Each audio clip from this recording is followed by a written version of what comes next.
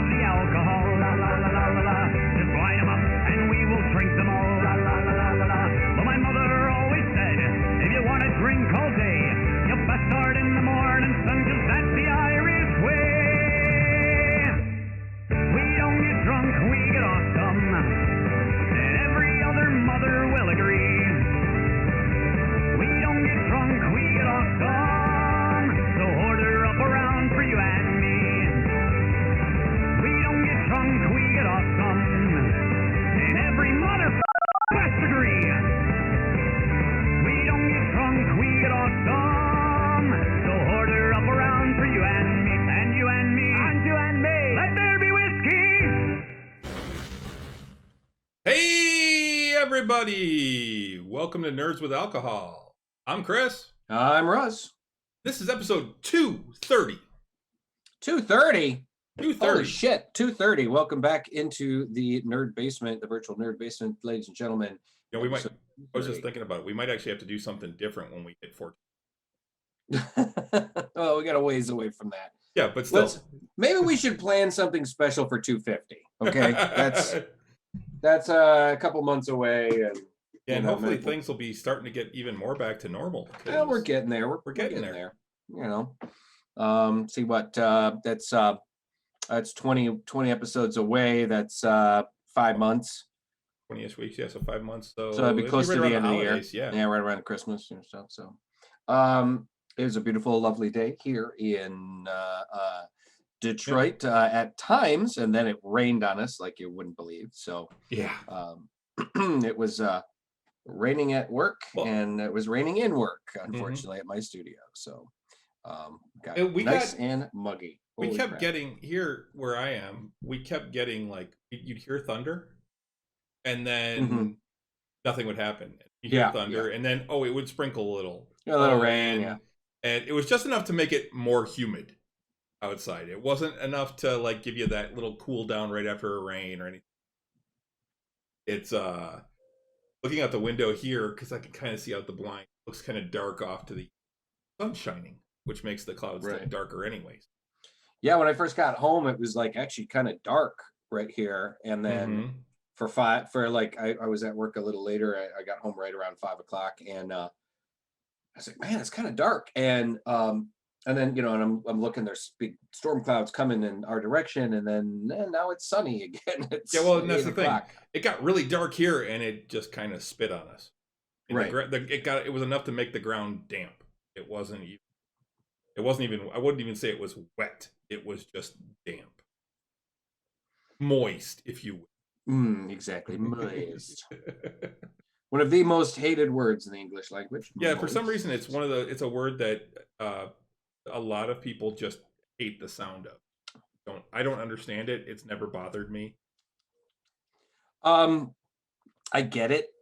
I understand. I mean, it's not a word I'm particularly fond of, but I get why people are not all fired up about it. So.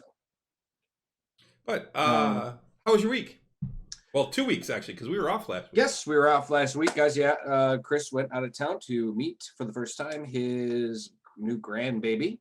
So, how does that feel to be a grandfather finally? Well, I mean, I've been a granddad for technically 10 months already. Yeah, but to actually meet the child, to meet her and stuff, it was actually awesome. She is the happiest baby I've ever seen. When she cries quiet for the most part. She kind of whans. Renee was saying that she actually sounds like a fake baby cry when she cries, because she actually does the wah wah wah. My daughter says that the quiet thing is not something at night. Oops, I better start the recording on that. But yeah, so she's a really cool kid, very happy, very energetic, bouncing around like crazy, gonna be walking soon. All right, well, that's cool, man. I had a great week, a nice enough week. We went to a wedding on Sunday. It was a hand fasting, actually, and my friends Ross and Carrie Ann got. Congratulations, Ross and Carrie Ann. Right, they were hand. They're my friends too. Right, our friends, yeah, sure. We they got hand-fasted, and it's their second hand-fasting of their year and a day. So that was pretty great. And unfortunately, I did have to drive the fuck to Ionia. So about That's 2 hours, about 2 hours away. Almost, we were about 30 miles outside of Grand Rapids, so it's okay. almost to Grand I was Rapids. gonna say I've heard of Ionia. I couldn't exactly. Yeah, another half an hour or so, and I would have been in Ionia. And like, ugh, ugh. So, and the thing about the drag is my AC, my car has been pretty intermittent, and had been meaning to get a Freon shot, get a recharge, and I just hadn't gotten around to it because I procrastinate like a motherfucker. You? No. Look, you're not helping me. Smart ass. No, Hey, do we have a logo yet? It's coming. It's this one. No, I'm not. That's not it. But wait, we're the Illuminati? This is my a friend of mine started a Facebook group called the Eye Holes on Facebook, and it's just like we do a Zoom call. Like, she has a Zoom call on Saturday night, and it's just hanging out. Just, hey, get together. It's one of my bunch of friends from festival, and some of my friend Sherry's other friends. And I don't know, I can't remember the story as to why they called it the Eye Holes. And then I don't know. So she asked me to like doodle something up, and I'm like, here, it's kind of like an eye in the middle of an asshole, kind of. Oh, okay. And so, because at first I was like, I just put an eye at I was gonna make it like at the bottom of a hole, kind of like maybe at a. And she was, no, like it needs to be like puckered, and I'm like, oh, you mean like an asshole? Oh. So I was like, while we were sitting there, I'm just sitting here sketching it. I'm like, what do you think about that? And they're like, yeah, it's perfect. So no, I do have art design coming. I guess got to sit down and just kind of ink it. It's all. And I just gotta do that. So, but anyway, so the wedding was really fun. It was a hand fasting. It was in this they had the ceremony in this, like, along this creek bed, and it had like a stone bridge going over it, and it was really, really cool. And Ross kind of like on a whim decided like they were going to make it out like trolls had taken him, and he had to fight his way over from under the bridge. And Brad from Pictus, Brad Lawrence, blanking on Brad's last name, but Brad from Pictus did the ceremony, and that was really cool. And his wife Lauren was one of the shield maidens. They had like shield bearers that were carrying shields along, and my friends Shadow and Jade were there. They were in the ceremony, and it was just really cool. It was nice to see a bunch of people from festival, a bunch of my chosen family. And then we went upstairs. We went because it was down into these stairs, these like ancient, like 100-year-old, like, well, they mean not 100, but like 80-year-old concrete stairs that were really treacherous.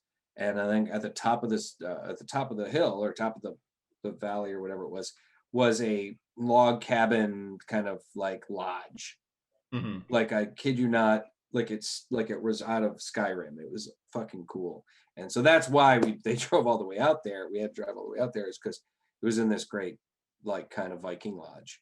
Mm-hmm. And it was all, like I said, log wood construction, and they did a pig roast, and which was delicious. And of course, they cut the cake with swords, and like he cuts the cake with the sword, and one of the cakes, there's a couple of cakes, and then he goes and he licks the blade, and I'm going, da. Now don't put that sword back in that cake, Ross. And he goes, I'm vaccinated. No. Put that cake. We don't want Ross germs.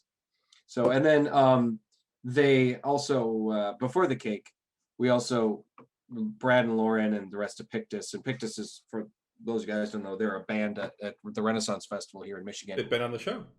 They've been on our show. They're fantastic. They were really, really great. We should have them on again. They were really fun. They were really fun. And I'm sure Brad and Lauren would be happy to come on the show again. But it was really great to see him too. Brad has gotten really healthy. He took the pandemic and the quarantine and everything, took that time to get into and better shape and take better care of himself, and so it's really cool. So the opposite of me. Yeah, me too. Yeah. I looked at him. I said, "You've lost weight, and I've gained it." He goes, "You look about the same." And I'm like, "Well, I gained weight in the same, right in the same area, the belly area here." So I know. Anyway, they needed to set up. They're going to do a surprise performance at the wedding for Ross and Carrie Ann. They hadn't performed in like 9 months, so they were like, "Hey, we're going to do this, but we need people to like distract them. So can you do like a speech or a toast or something?" And so one of the guys comes like, "How good are you?" This other guy actually comes up to me and says, like, "Are you good at public speaking?" I was like, motherfucker, you don't know me very well, do you? And one of my friends was like, it'll be harder for him to shut up. And I was like, she's not wrong. So what do you need? And so the guy was like, I just, can you feel like 5 to 10 minutes? And I'm like, yeah, sure, no problem. So I got you. And so I just kind of told stories. I mean, I out of the people there at the wedding, I was one of the people that had known Ross the longest, and I'd known Carrie Ann for quite a while too. So and it was really nice because, I mean, honestly, Ross, I've known him since he was 16, and he's grown into, we were always like, oh, Ross, and shit. And I mean, it was one of those things where it's kind of nice to see he's grown from fucking Ross to fucking Ross, It's just like, no, I mean, he's grown up to be quite a good man. Yep. So that's kind of nice. And Carrie Ann has really kind of grown into the role of goddess that she is. And yeah, well, I met Ross through steampunk. Met Carrie Ann through steampunk. No, actually, I met her when she came out to Penguicon because she was trying to be the riff rock girl. Oh, that's right. Yeah, no, I had met her at steampunk, and I think I introduced you to her. Yeah, when she was promoting. Yeah, because you and I were hanging out together at the con, and she was trying to promote the riff rock girl thing. She kind of got out of that because she did all right, and then she dropped out. She made the final 8 or final 4. She made the final. She might have made the final 4, but then it got to the point where she was going to be like, I would have had to, just do some stuff she didn't want to have to do to promote herself fully. I mean, some of the girls that were really doing that were almost doing the whole stripper thing, kind of like, trying to get people to vote for them and shit. And she's like, I'm not even. Well, and I mean, it is a full-time job for right. a year. So you only have a job for a year. It's basically like a contract gig. Right. A 12-month contract, and then you're out.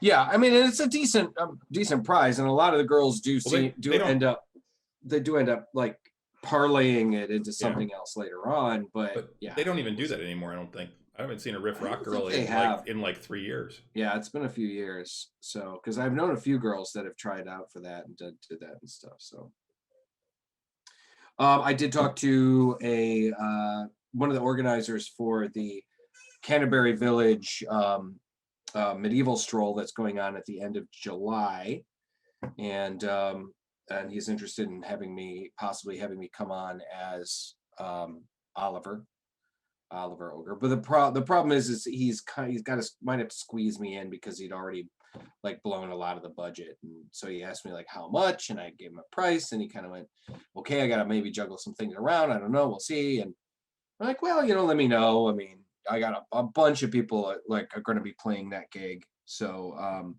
it was kind of cool. Like Russ Turner's band Wakefire is going to be at it. Black Murray, Rick Rock, and the Rogue Blades. Some various other people I know from festival are going to be performing there. So I was like, hey, it'd be a great warm up for MRF and stuff. So cool. He's going to let me know, and then it'd be nice to kind of do that and get my feet wet for MRF. So, but it was a really nice, like I said, it was a nice event, and it was great seeing everybody and kind of being in a social situation again without, without fear of like being infected, Yep.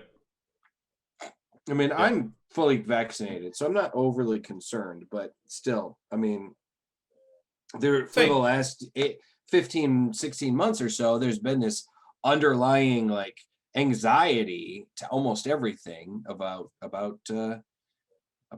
being in social situations, and I didn't really feel any of that at this thing, so it was kind of nice. So Yeah, and that's the thing. I mean, there was some for me because we went down to Nashville, which, let's face it, Tennessee has not exactly followed the CDC regulations for the pandemic. Um, and so it was a little iffy down there, and nobody's wearing masks. All the mask mandates have been lifted. That basically said the counties can decide whether or not they want. So we were actually at an event in Nashville that was something that we have not been to in well over a year, 15 months, right, was an actual like crowded event. And I got to say, it was a little uncomfortable for a while. I mean, yeah, at some point I just said, fuck it. I'm just going to go with it. I mean, I'm vaccinated. I'm going to trust that I'm not going to get anything. And fine. And I am. I didn't, and there, nothing happened. I haven't heard about anybody getting sick or anything like that. But it was a good time. Got to see Chelsea win the Champions League, so that was awesome. cool. And then got to meet the granddaughter, spend some time with my daughter. That was fun. Weather was actually spectacular. Weather was actually cooler than it's been here for the last few days. It was in the like upper 70s, low 80s the time we were there. And then spent like a day in Louisville on the way home just to break the trip up coming back, and that was cool. Saw Kelly while we were down there. Oh yeah, good. Yeah, How's she? she's doing all right. Although I woke her up by texting her at like noon saying Right. that we were gonna be at we are gonna be heading to the Barrel in a little bit, but came out to the Barrel and hung out with us for a little while. We just chatted, and then Renee and I spent the evening over in the Highlands, which is like one of my favorite parts of Louisville, and went to a pub that we both loved down there, and it was a good time. Went to the Louisville Gaming Shop while I was down there. Revisit that. That was cool. Bought a couple of things. Learned about a game that I really kind of want to get, but it's a really expensive game. It's I think on Amazon it's like $115. It's called Gloomhaven. Yeah, I've heard of that game. I've heard of that. How much did you say it is? It's like 115 on Amazon for the base game, and then there's like expansions. Yeah, but it's like a fully cooperative dungeon crawl game, is what it is. It's like up to, I think it's only up to like 4 people though, but you sit around and you're basically playing adventurers, and you play through a dungeon, and it's all cooperative, which is kind of cool. And I guess it's various scenarios, things like that you just kind of randomly pick a scenario. So it's kind of like the House on Haunted Hill, but without one person being the bad guy. It's because that's the whole thing with the House on Haunted Hill. It's like a tile flipping game, but it's also that you at a certain point, one person, it's a cooperative game until a certain point when one person becomes the bad guy. And then it becomes everyone against that one person, and they get a bunch of other abilities. Like they can, in one scenario, they can summon demons, in another they can do other things, and so it's kind of a cool thing. It's kind of a cool game. But anyway, so yeah, came home, and then this last weekend kind of chilled for a while. Went over to a buddy's house. He actually had asked for some help because he lost his hearing aid. He thought in his front yard, and he's like, bounty for anyone that's willing to come over, or that can find my hearing aid in the front yard. So Renee and I wound up going over there, and as we pulled up, his daughter had just found it, but she found it in the living room. It fell out in there. He thought it fell out while he was doing yard work. So we wound up hanging out. Found a rum that I absolutely love. I've never actually had a rum where I like to drink it straight. I cannot say that anymore. There is now a rum that I absolutely love and want to drink straight. And I want to get a bottle of it for my bar just so I can have it. So good. Like a bamboo rum or bamboo rum. Okay. Really, really good. It's the clear bottle one though, not the opaque gray bottle. We gamed on Friday. Yes, we did game on Friday. That was another big point. That was it was fun, man. We had a great time. It was funny. It was one of those for those of you guys who didn't join us on Friday night or haven't watched the show yet. We had it was one of those like situations where Chris unfortunately had to scramble a bit because some of my party members decided to go investigating after we had defeated the bandits that had attacked the town that we were in. That some of the guys were like, we should go and investigate and see if there's more out there. And I could kind of tell. I was like, I don't think Chris wants us to do this. But you guys can do whatever you want. But they really want to do this. So I think Chris just wants us to get back on the goddamn boat. And if you guys wanted to keep going and even follow farther, you could have done it. Sure. And so I got enough experience. I can improvise. Oh, I know you can. And you did. It was great. And then, but yeah, we got in a fight with some more bandits, and we weren't in danger of dying or whatnot. I mean, I think again, Klimbrum got kind of low, got kind of butt kicked, but she had a couple kills cherry picked though. Yeah, that was the other thing too. Yeah. Hey, I was working on that guy. Sorry. Yeah, that episode's actually up on YouTube now. It is. Yeah, it's called Bored and Scant. Yeah. But it was just kind of funny because I was like, man, I got the, because I know, I mean, I've been gaming, I've been doing this a long time, and I can kind of read between the lines a little bit sometimes. I'm like, I don't think the DM wants us to do this, but it's one of those things where you're like, well, the party members want to do this, so I'll go along too. Why not? I'm not gonna fight it, I'm not gonna be like, guys, maybe we should just get on the boat. Well, you had a whole day to kill. It was depending on what you wanted to do. If you wanted to help out in the town, if you wanted to go out and look around, which is what you wound up doing. So I was fine with that. Right. And you did. You whipped up, but you had to whip up a fight, a combat for us, and that was still cool. I mean, there was another time where I almost set a forest on fire, but all right, that's fine. Oh, when Lauka missed with that one fireball completely and didn't hit anybody. And I think her next response was, I'm gonna burn this whole fucking forest down. That was really funny. I talked about the fact that it is funny how Lauka pretty much plays a true neutral character in a way I've never seen people play a true neutral character before. It's like she doesn't give a fuck. Like her character is just like, yeah, whatever. If you need me, okay, you need me to shoot that guy? Okay, I'll shoot him. I mean, she's not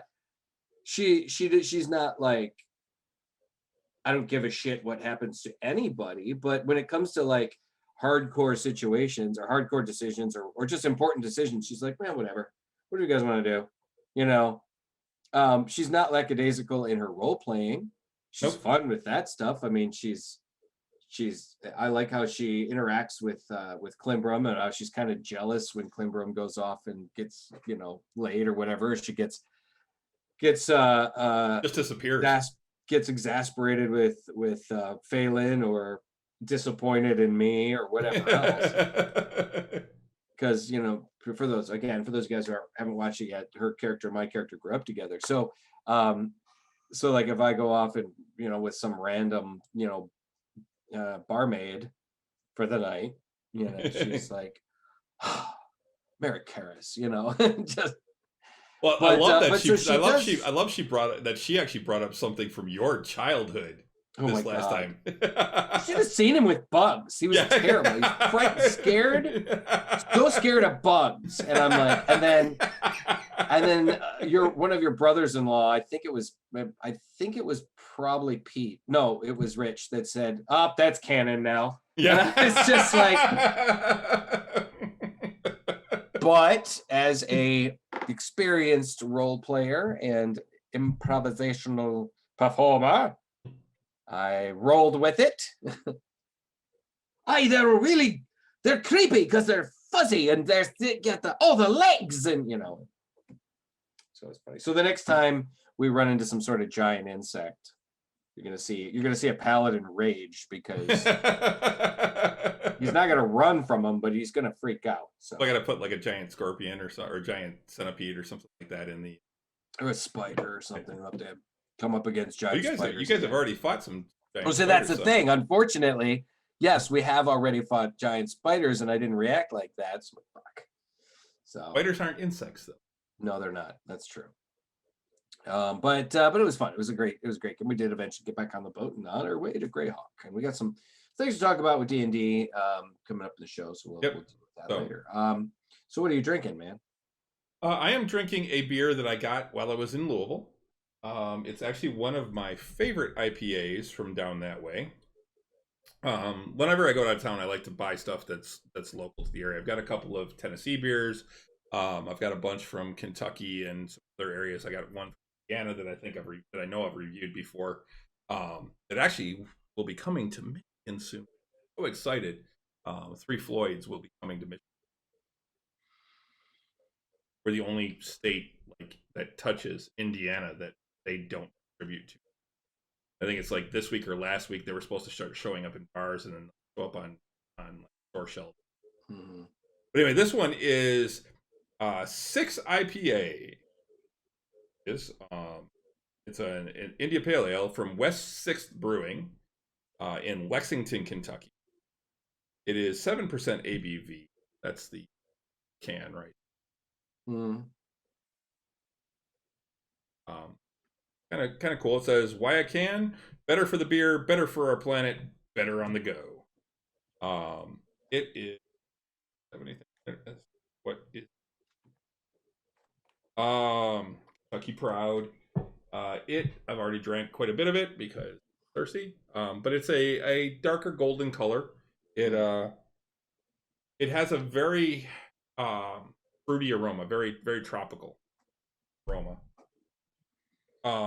Which I like. Yeah, take another.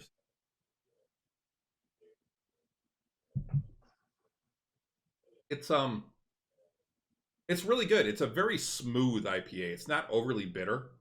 It does have some of the tropical notes. I wouldn't be surprised if this is Mosaic, Simcoe and or Mosaic. I don't know what hops they like to find. It does have a little bitter aftertaste, but it's very dry finish. But it's a medium bodied beer. It's not really light. It's got a little bit of substance to it.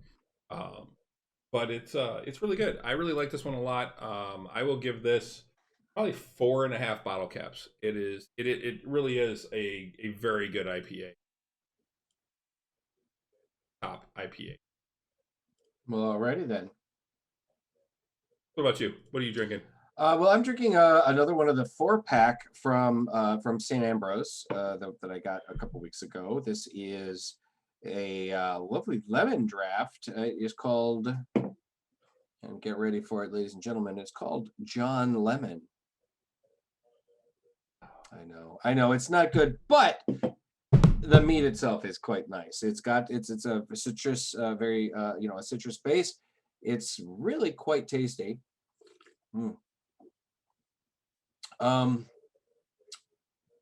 It's reminiscent of a lemonade, but not too heavy of it. It's definitely on the sweeter side, but it's not a sugary sweet. It's a honey sweet, so it's a little different, It says, after 40 years of beekeeping in the hot summer sun, you learn a bit about how to make a refreshing lemonade. We take our honey, plenty of lemon, mix it up, and make John Lemon, the perfect draft style mead for relaxing in the hammock after a hard day's work. Gold medalist, the Michigan Mead Cup. Ingredients, very basic: water, honey, lemon concentrate, lemon juice, lemon extract, and then potassium metabisulfate and potassium sorbate to preserve freshness. So a preservative, of course. It says, for over 40 years, we've been raising bees and making honey products in northern Michigan and Florida. When you drink mead, you're supporting the ancient and vital art of beekeeping. Save bees, drink mead. 6% alcohol by volume. It's canned in Ambrose Cellars, Beulah, Michigan. At St. Ambrose Cellars, Beulah.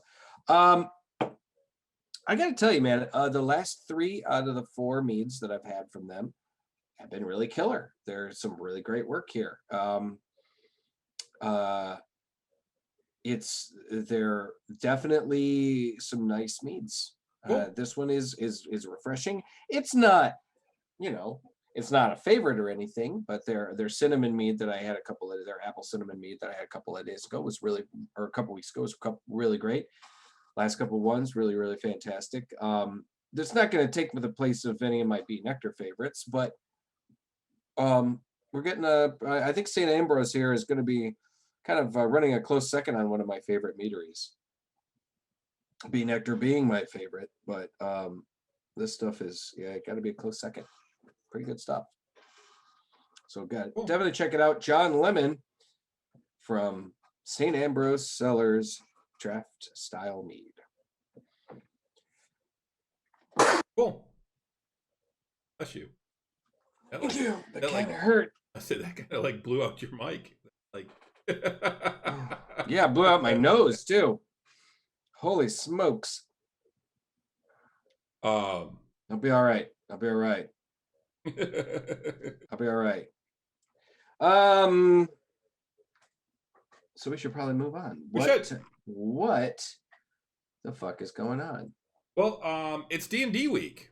It is D&D week. We've seen some big stuff, some new stuff coming out. They've made 2 announcements and 2 new books for later this year. Yeah, and there's supposed to be an announcement every day this week. Yeah. So why don't you why don't you tell us about the first one? Yeah. The first one was The Wild Beyond the Witchlight. Was yesterday's announcement. And that is going to be a new source book for basically the Feywild. Right. It's going to have playable races of hobgoblins and other creatures like that from the Feywild. Mm-hmm.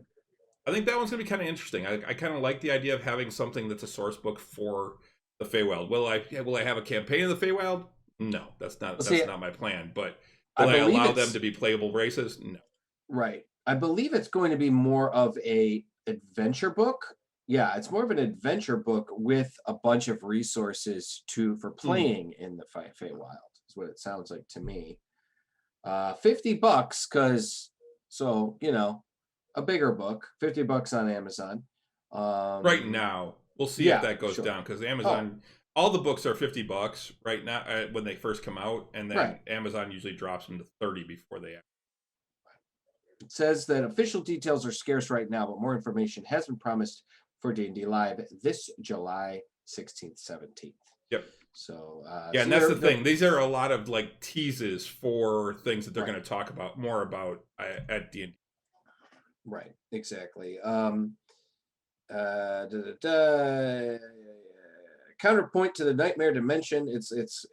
Okay. So there are hints about what it could include too, alongside promises of wicked whimsy on a cover featuring bears with fairy wings and the creepiest damn clown we've ever seen. Official artwork puts a circus in pride of place. If product blurbs revealed on Amazon are anything to go by, this is the Witchlight Carnival and acts as the gateway to a Feywild domain of delight, a counterpoint to the Nightmare Dimension of Van Richten's Guide to Ravenloft and the Curse of Strahd revamped. Think of a cross between Alice in Wonderland and Lothlorien from The Lord of the Rings, and you won't be too far off.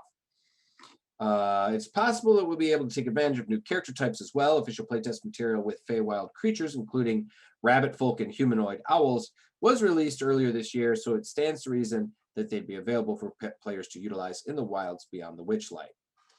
But the thing is, on the cover of the other book that they released, there is a humanoid owl, so we'll see what that has. And that is Strixhaven, Curriculum of Chaos, which is another Magic the Gathering world. Right, but what they're saying is the third one that they've released for Magic the Gathering. Correct. What were the other two? Ravenica and Theros. And Theros. Mm-hmm. I thought Theros was just like, I did not know that was a magic set. It's very Greek based, but it is a Magic the Gathering world. Right. I was like, wow, this is really cool because it's Greek realm. Based. I'm sorry. Right.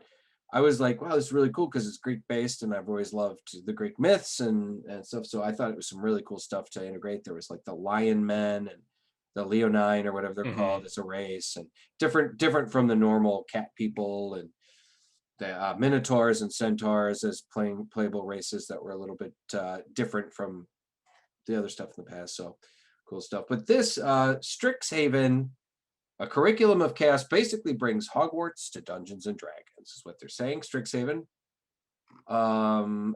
is the next D&D setting and allows players to explore magical universities from Magic the Gathering card game, due for a November 16th launch. The book is available for pre-order at Amazon. Focusing on a world of rival colleges with different approaches to magic, Strixhaven, a curriculum of chaos, will allow you to choose between the archaeologist adventurers of Lorehold, the artistic Prismari, the math-based Quandrix, the wordsmiths of Silverquill, and the druidic Witherbloom. According to the Amazon listing, it also features new character options, monsters, mechanics, story hooks, and more. That means you'll be able to explore Wizarding School within the official plane of Strixhaven, or tweak it for use in a homemade setting. You can get an early glimpse of it right now too. An Unearthed Arcana blog post with playable materials just been launched on the official D&D website and includes numerous subclasses that allow you to summon spirit companions or manipulate fate by iterating on the mathematical patterns of reality. That kind of sounds kind of like Matt Mercer's new magic Dunamancy. Well, except that that's more fate-based. Fate and time, but yeah. Yes. Take a look if you want a better idea of what's to come during Strixhaven, a curriculum of chaos. As the second D&D product announced in as many days, The Wild Beyond the Witchlight was revealed earlier as part of the Week of Legend Lore. It's been a busy time for fans of D&D. Happily, more is on the way. Further info has been promised for D&D Live this July 16th through 17th. So, I mean, if they're teasing us something different every day this week, we could get one of the things you and I were kind of talking about earlier when we were chatting. Except that I don't think they're going to announce 5 books. Probably not. It'll probably be something more minor and stuff. But, I mean, they could at least maybe one more book. And if it's not... Well, there were supposed to be 4 this year. So they've now announced the 4 books for this. Oh, did they? We've had 2. And now they've announced the next 2. We've already had the 2, Candlekeep Mysteries and Van Richten's. And now we know that we're getting the Feywild and Strixhaven. I was really hoping for a Dragonlance book this year. And I'm still hoping for Greyhawk. But I don't know that we're ever going to see Greyhawk. I think we're going to see Dragonlance because with the resurgence and the new novels, which by the way... and the teasing that Manganello talked about on one of his interviews, because he said, I have seen the stats for Dragonlance, or for the Draconians is what he had seen. He'd seen the 5th edition. Somebody, the official ones, because that guy's got all the fucking hookups, man. Oh yeah. I mean, the fact that his character is now part of D&D lore, his personal character. Yep. Man, motherfucker, man, shit. Probably the only other person that knows more about what's going on is probably Mercer. Well, yeah. I mean, outside of those that work there, like Perkins. But... Well, yeah, exactly. I mean, I'm talking about maybe semi-celebrities and whatnot. Yeah, well, see, so Manganello has a character that's part of D&D canon. Yeah. Mercer has a world. He has an entire fucking world. I mean, that's the dream right there. I mean, any gamer that's ever, any dungeon master particularly. See, that's the thing. Even though Manganello is a DM with his group, I mean, he DMs his group, which is like the most epic group of D&D gamers. Oh, yeah, it's Hollywood nerds. Hollywood nerds, total Hollywood nerds. I mean, you're talking about Will Wheaton's D&D group that they had on at the end of Big Bang Theory with like Shatner and fucking Kareem Abdul-Jabbar and some of these other guys. That's pretty cool. And when Manganello was in that too, he was in that too. Yeah. That's pretty cool. But Manganello's real group is star-studded, man. It's crazy good. But anyway, it has been pretty cool to see like some of the things that he has done and they've done. But anyway, that's the dream every DM probably has that's ever made their own homegrown world is like to get it published as part of D&D canon. That's amazing. Yep. I've always used Greyhawk, and I've been perfectly happy to use Gary Gygax's world. I love it. I grew up with it, and I truly just enjoy playing in that world. I've thought about creating my own world and running a campaign in it, but I'm like, I've got a perfectly good world here that I can, use and manipulate, because especially since there hasn't been anything in 25 years, 30 years now, something like that has come out for it. So I feel like I can fuck with it as much as possible. What's going to happen is I'm going to set this up for our campaign and have this huge thing that's going to lead into like future events and things like that for future campaigns, and then they're going to come out with the 5th edition book that's going to fuck it all up. Yeah. Probably. Well, I gotta have faith though, that hopefully that they're not gonna screw up too much. I think Wizards of the Coast has learned a lesson though. I mean, they learned a hard lesson with 4th edition, going too far afield. I think they've heard the clarion call from the fans saying, just make more content. Don't make a whole nother fucking new version. I mean, yeah. There's so many gamers that are like, we love the game, but my God, when you put out a new version every 4 years, it's killing our pocketbooks, So, well, and having to learn a new system, and there's certain things you liked about the system. Personally, I think 5th edition is one of the best editions. It's one of the cleanest. 3.5 was great, but it was so math heavy, right? And it took so long to do things because you had to do math every time you went to attack. Right. Remember when they tried to make an app or a program, before they really had apps. They tried to have a computer program that you could run that would, calculate everything. And as far as I could remember, there were not very many of them. They had a tough time getting it right. Mm-hmm. Now you got on D&D Beyond, man, it's fucking great. Yeah. You got dice rollers and shit. I mean, I love my dice, but I got to admit, when we're sitting playing, just being able to click on the thing and have it roll the dice for me, and I don't have to do any of the math, and I don't have fuck all. I love it. I fucking love it. I go, I'm gonna swing my sword and try and hit the guy. Click. I just click on the +8 or whatever I think it is for my sword. Fucking rolls it. It tells me if I hit or not. It adds up all my bonuses. The only thing I gotta think about or realize is if I have like a spell, or if I'm blessed, or if I've clicked on my channel divinity and I get a +3 to hit. I got to add that separately on my own. But even so, I mean, that's nothing, I can do everything. And then all the damage and everything. Oh, fucking love it. Love it.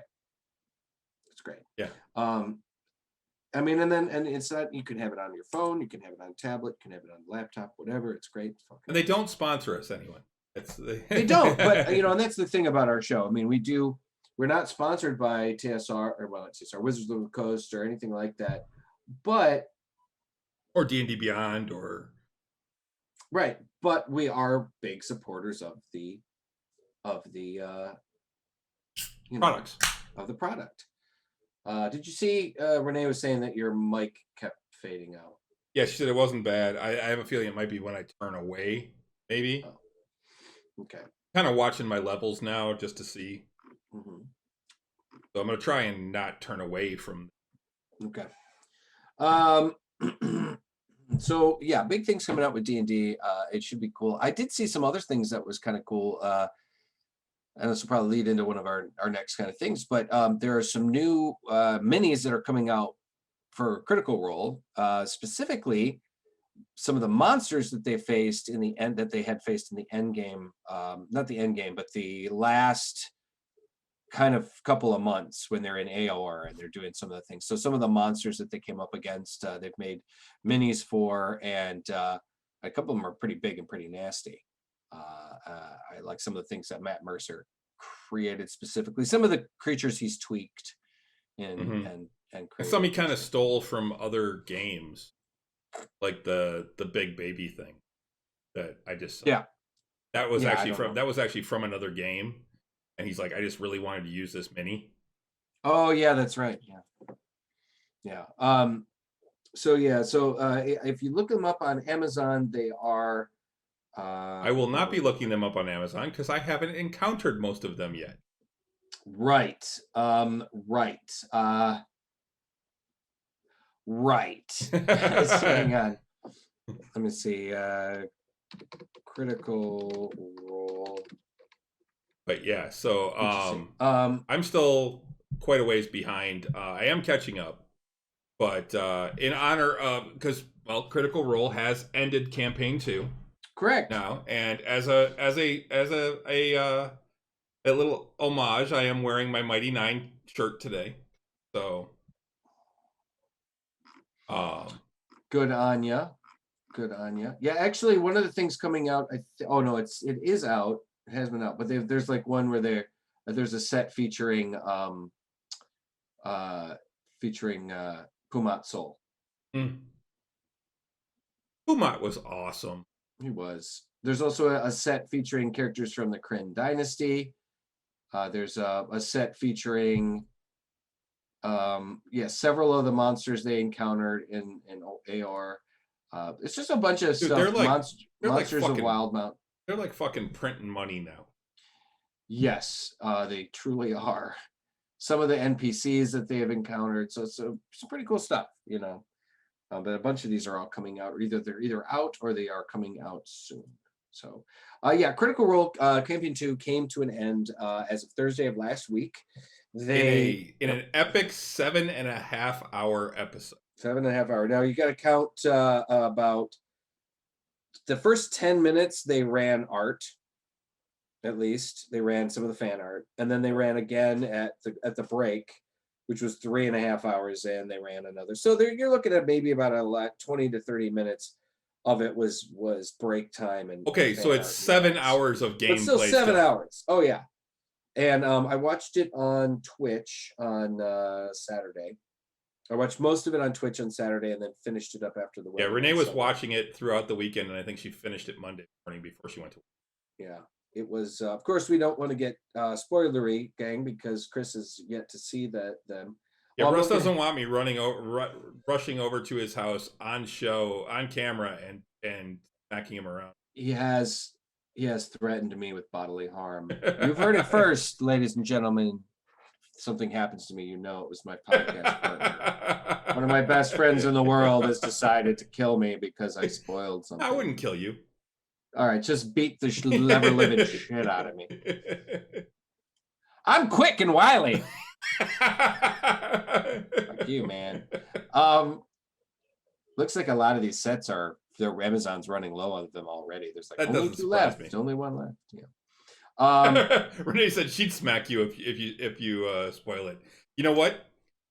You spoil it, no more mead for you. Oh, damn it. All right. But I will say there were some really, it was very emotional. It was beautiful. It was well done. I do feel like it was a little rushed. I heard at the end. I heard that the episode before was extremely emotional. Yes, quite. It was very emotional. Some wild, some really incredible stuff. I mean, some amazing dice rolls that were like, oh my God, I can't believe it. You know. Fucking Taliesin, man, and the golden snitch. You know, he's a guy. He rolls incredible stuff. He's like the anti-Wheaton. That's why they called him the golden snitch on the in the first campaign, because he would just roll and just like natural 20. You know, I mean, it was just like in a clutch. He seemed to really be able to pull it out. So, well, now when Mercer goes natural 20, he's like, nope. With Caduceus, because he can cancel out natural 20. Right, exactly. So yeah, or at least the crit portion. Particularly the second to last show was very like emotional and holy shitness. But the final one, I think there's still times when I feel like I had a greater emotional impact from the finale of Vox Machina. Particularly in the Dalen's Closet epilogue, because they did 3 1-shots after the end of campaign 1. I always say season. Yeah. Campaign 1, where they did the search for Bob, the Search for Grog, or the Search for Grog, Search for Bob, and then Dalen's Closet. And I know you still haven't listened to the end. You're still making your way through campaign 1 too. Where are you on that? Are you're in the Chroma Conclave? I'm still in the Chroma Conclave. I haven't listened to Okay. that in a while because I got so busy that I wasn't even able to listen to it like while I was working. Right. So. But still, I mean, the Chroma. I mean, you're at least at the point where, like, I know, like Renee still kind of thinks they're kind of assholes. I know by the time. Oh, I still think they're assholes. I just like some of them now. You like them a little bit more because I remember you saying, and that's the thing I've heard a lot by people that started with the Mighty Nine and they go back and listen to Vox Machina and they're kind of like, I don't know if I like these people as much, or I don't.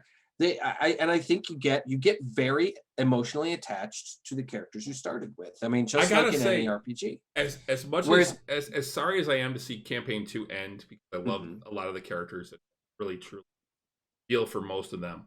And enjoy the role play of them. I am really hoping that I get to see what they do for a third campaign. Yeah, I'm really excited too. You know, I mean, there's that little bit that says I'm really sorry to see this end, and then there's another part of me that's like, I'm really excited to see what they do next. Right. Well, it's been over 2 years since they've been working. They've been doing this. You know, doing 3 years, I think, on this. Yeah, one. It's been over. Well, if you figure 140 episodes, give or take, and you're doing roughly one a week with a few breaks in there. So yeah, you're looking at over breaks. 3 years. A lot of breaks. They had the COVID break, so that was a couple months, right? That was like 3 months. Yeah. So you got plus you know there's a couple of weeks here for Christmas, and then they take a couple of weeks off during the summer.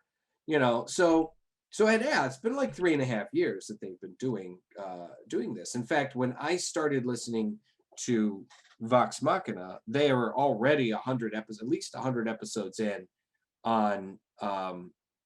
They started. Well, maybe not 100. They were probably about January 11th, 2018, with campaign 2. Okay, so they were probably maybe 80 episodes in or so of at least a year into.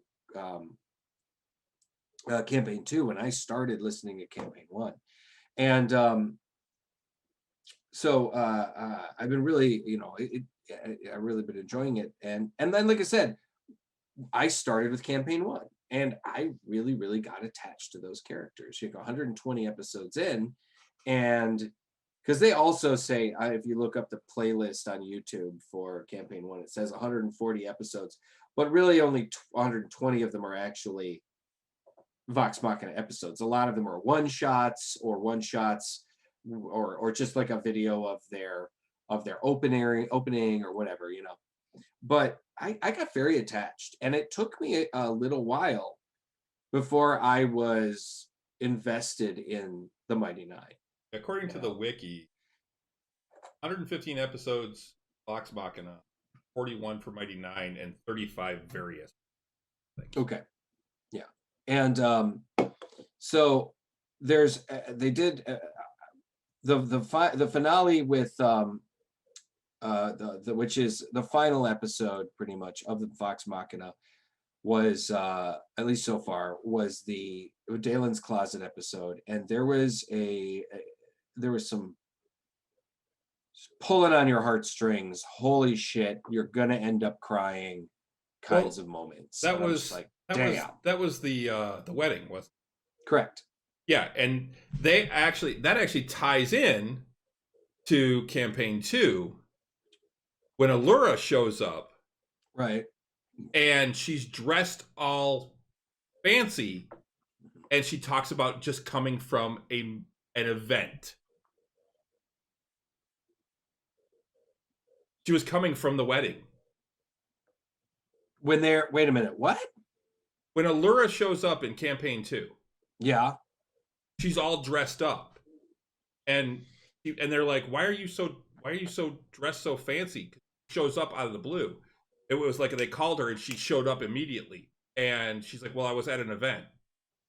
And the way that Matt ran it was, she hinted that she was at a wedding. See, the thing is, though, I don't think Dalen's Closet takes place. I mean, campaign 2 takes place like 20 years later. and I don't think it takes place. I don't know if it does. I don't think. Oh, because that's the whole thing. They keep asking who's on the Tal'Dorei Council. They're coinciding. Yeah, but didn't he kind of shortly? It is campaign 2 is shortly after the end of campaign 1. Yeah, but didn't he kind of establish that Allura seemed like she was a little older when he described her in? I don't think so.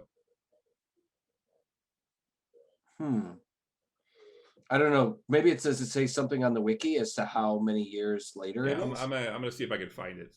Because you can keep talking about the. Yeah, it seems to me that it was I don't know. They established it was a few years later. I mean, I think that's a great tie-in. But it did seem to me that when he described Allura to the Mighty Nine, that she seemed like you're right. This actually says that it's supposed to be about 20 years after the adventures of Vox Machina. Right, and the wedding definitely isn't 20 years. It's not like, they waited 20 years. Takes place beginning in Sidon Star 835 PD, approximately 20 years after the adventures of Vox Machina. I mean, there's nothing saying Vox Machina couldn't still all be alive, right, 20 years later. I think that's one of the only things that I would have liked to have seen was maybe more callbacks to the first campaign. I would have too. But they were on different continents, and I could understand that. Sure. Even having... I mean, the biggest one was meeting Keyleth's mom. Oh, yeah. Well, there was Keyleth's mom. That was fucking huge. There's Keyleth's mom. There's Artagan. Yeah. And Allura and... well, Artagan I don't think I've run into yet in Campaign 1. Yes, but he looks a lot... You have, but he looks a lot... Oh, wait, you might not have. I don't know. But he does look a lot different, though. And the other thing was... and then you have Allura and... Yeah. And her wife. Yeah. Paladin. Right.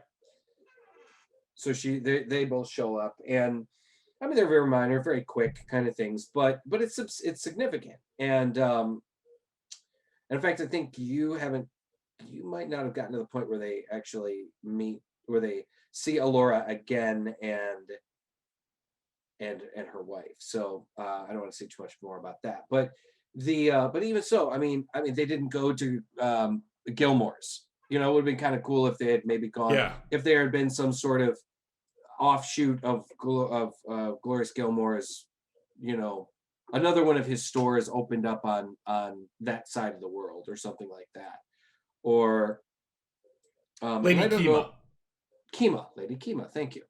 And so it would have been. There's just times when I would have thought, man, it just would have been cool to see more. I'm not necessarily asking for them to go to Whitestone and meet Vax or Vex or Vax, or no, it was Vex, or run into a Goliath that happened to have Titanstone knuckles, or or a wandering bard, a wandering gnomish bard, but it still would have been kind of. I think that would have been really fun. So that's one of the things. And I will say, this final episode, although it was 7 hours long, I still feel like that they could have stretched out some of the things that they finished up into several separate episodes. Like they could have gone another 4 episodes, I think, just tying up loose ends, just visiting. Maybe each episode was centering around what each character wanted to do at the end. Tying up the loose ends of their lives, figuring out what they were going to do next. Because, in all honesty, they hit 16th level after the end game. That means that there's 4 more levels of adventuring to do, And even when you hit 20th level, it doesn't mean a character suddenly retires. It just means a character is kind of topped out as to how powerful they can get without approaching that godlike level. So, I think it would have been great if they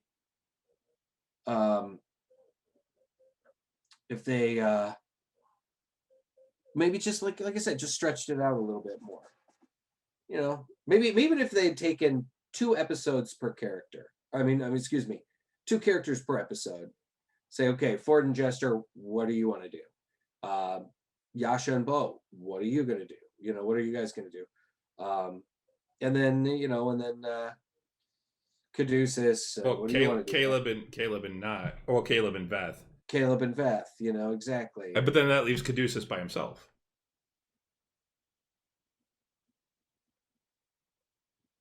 I can't say anything. So, kind of. I mean, if anything, I mean, they could have dealt with Caduceus's family, or. I heard that is one thing that is still left out there is they don't actually close out the whole thing with the Grove and. Well, kind of. I mean, they kind of do, but they do leave the stuff kind of open. Like, I mean, basically Caduceus and his family are there. I mean, it's just they're still there. They're around. They're doing things. They're doing what they do. And I did like the fact that they establish, and like I said, there's only so much I can say, but each of the characters don't say much. No, I'm not. But each of the characters does establish what their lives, the direction their lives are going to go, but at the same time still leaves it kind of open for the idea that there will still be more adventures. There's still more things that we're going to do. That they have plans. There's just Jester and Ford have plans, and and Bo and Yasha have plans, and Caleb has plans, and they kind of hint onto and touch on, okay, this is probably what what this character would do now. They're going to do this, then they're going to do this, and then probably do this. And so, and you'll see it. You'll see what I'm talking about. But that was kind of cool. But I still feel like at least the initial wrap-up stuff could have been taken care of in more like at least 4 episodes as opposed to 1. 4 regular-sized episodes as to 1 massive one. Yeah. So there was a little bit of a rushedness to it. Yeah.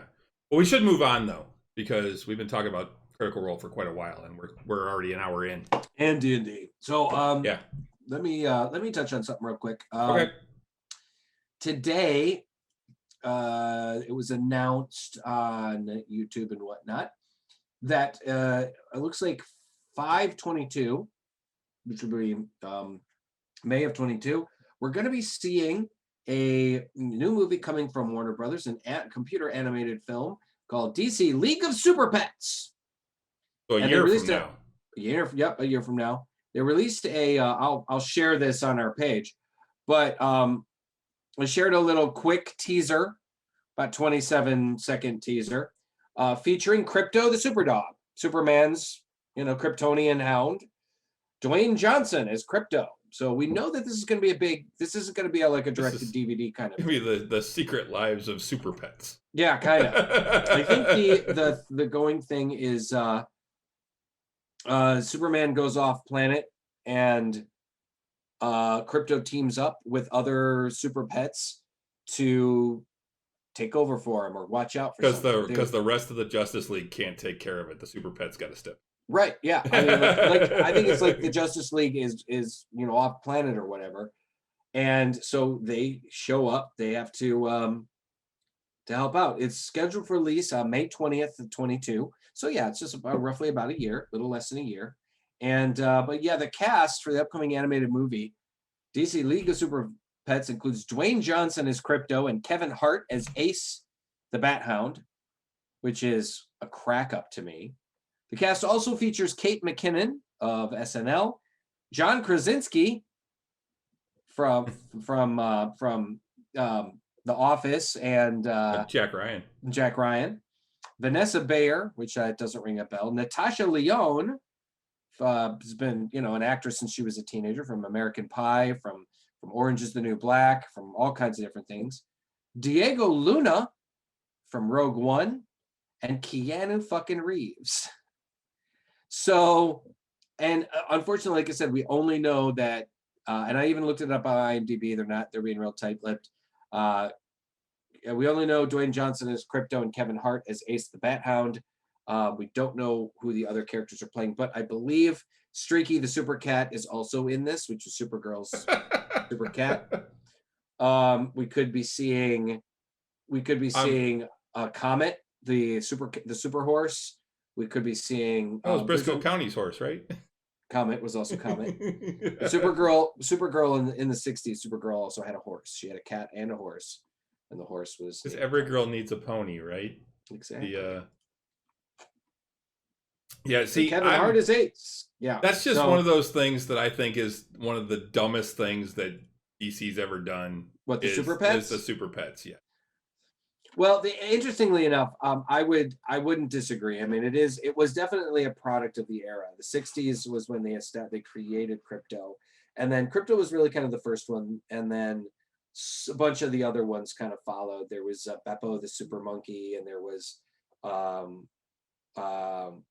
an actual kind of like whole superheroic kind of thing. It's kind of cool in the trailer. Like Crypto comes out, he's this white dog, and he's got a gold collar on it, and he just kind of goes like this, and he with his front paw hits the shield emblem on his collar, and his cape just comes out of the collar.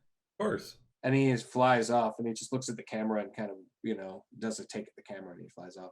And does he have like the little glint off his teeth like Superman always got? No, it's a glint off of the collar though. It's and they've established I mean, they even had like in the 60s, Superman and Crypto had like a barking Morse code kind of way of speaking to each other. Yeah. Like Crypto would speak to him in like a kind of a barking code, because Crypto was extremely smart for a dog. Like his Kryptonian powers, the powers that he got made him also very, very smart.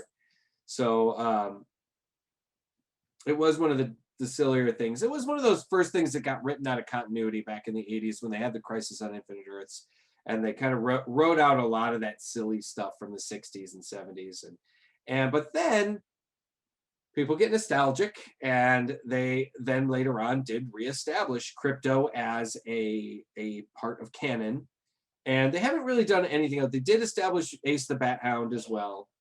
He did come in, but he's really just a really smart Great Dane. He's not superhuman. He's Batman's dog, so he's just really, really smart dog. And then Crypto is an alien. Apparently there were canines on Krypton. And Crypto was, they've done a couple of different things. So like Crypto was put in the pod with Kal-El.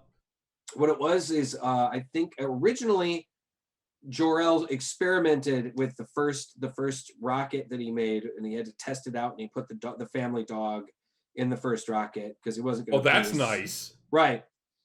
So he wasn't going to put Crypto in the, or he wasn't going to put Kal-El in the thing without testing it. So Crypto got sent out into space first, and then the dog went to a space farm. That's where that's where he went. That's what he had to tell Cal when he was a baby and stuff. No, Crypto arrived on Earth a few years after Kal-El landed, and when he was still Superboy, when he's still a teenager, and of course because of his powers, he's extremely long-lived. I mean, he's the interesting thing.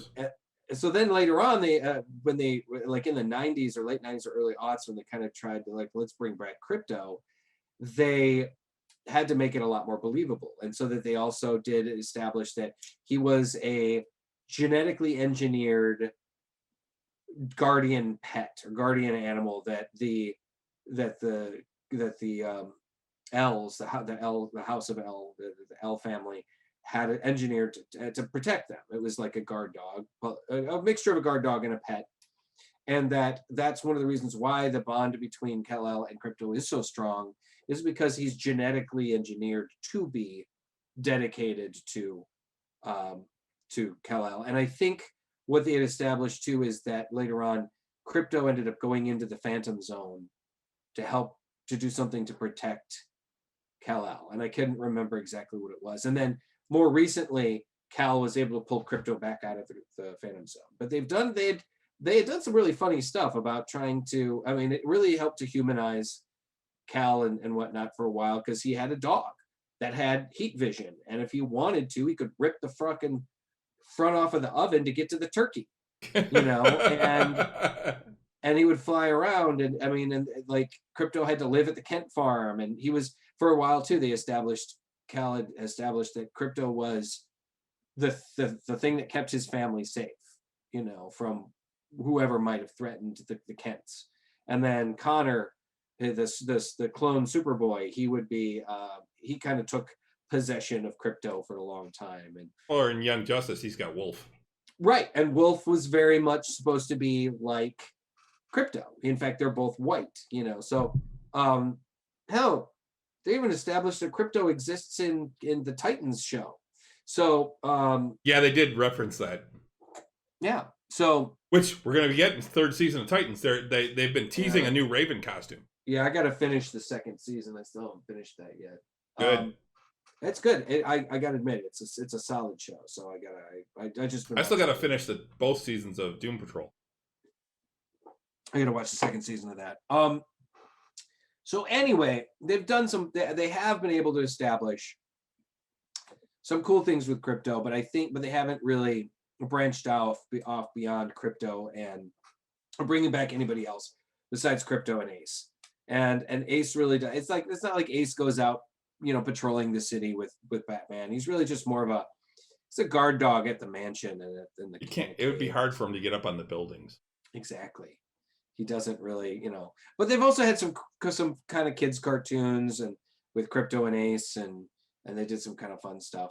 I think this will be cute. I think it's going to be real cute. I mean, like I said, Dwayne Johnson's involved, and I'll pretty much watch whatever he does. I really am a big fan of him. And although Kevin Hart, I think, is maybe not a great choice for Ace the Bat Hound, I think this could be pretty fun. So look for this a year from now, probably coming to theaters. It looks like, if not at the very least, it'll be on HBO Max. Yeah, and on Blu-ray. But with names like Kevin Hart and Dwayne Johnson attached to it, and Kate McKinnon and some of these, and John Krasinski. I mean, and Keanu Reeves. I mean, that's a big cast. It is, but with those names, I don't see it going direct to DVD.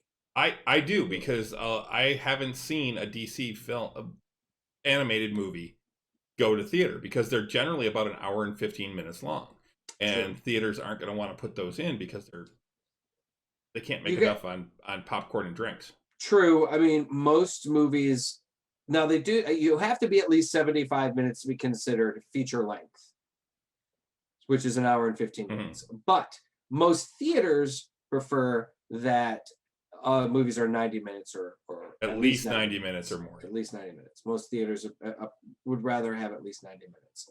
So if because it's easier to schedule that, you know. So we'll see. I don't know. So we'll see. I also got let's see. We got Marvel is teasing in September the death of Doctor Strange. We'll have Marvel seeking a new Sorcerer Supreme in September. Looks like they are going to be running a storyline. That's on how long Doctor Strange stays dead. Right, exactly. I'm guessing 3 months at the most. It looks like it's going to be a 5-issue limited series, which will do so maybe 5 months, depending on, or whatever. Which will do exactly as the title implies and kill off Stephen Strange. In fact, Strange will be murdered, with the culprit being a central mystery to the book. So we'll see. I mean, my guess, Stephen Strange is a long-established character, and they're doing some. They're probably going to. I mean, he's going to be featured in not just his next movie, but probably as a supporting character in several others. I think he's going to be in the next Spider-Man movie too. He is going to be in the next Spider-Man as well. I wouldn't be surprised if they do also make a third Doctor Strange movie before they, do any decisions on. I think they're going to have to, because I don't think Mordo is going to be the bad guy in this next one, and that they're going to have to do a movie where Mordo comes back. Mm-hmm. Yeah, I agree, and it does seem to me that at least 3 movies is the going. That's the minimum. Mm-hmm. I mean, we're looking at least 4 for Thor, but we had 3 Captain Americas. We had wait. Can you count Captain America movies though? I mean, the first one was the only one where he was the main character. Everyone else was like Avengers 2.5 and Avengers, 2.75. It was. You're right. Yeah, because you had Winter Soldier. Yep. And then right after Winter Soldier, we had Winter Soldier after. Civil War was after. No, wait. For Avengers movies, we had we had Winter Soldier, then Age of Ultron.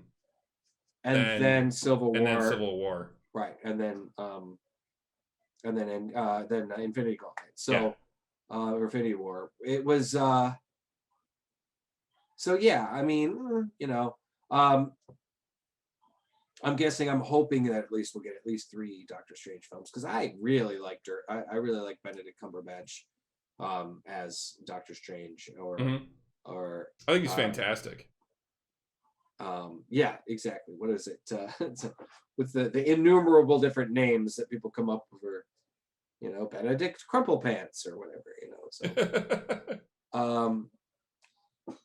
because he really is. He's friggin' great. And I think that we've barely scratched the surface on that character in movies. I think they could make movies for Doctor Strange. They could make a lot. They could make half a dozen of them before people start getting tired of it, because there's just, the magic realm for Marvel can be so much. They can do so much.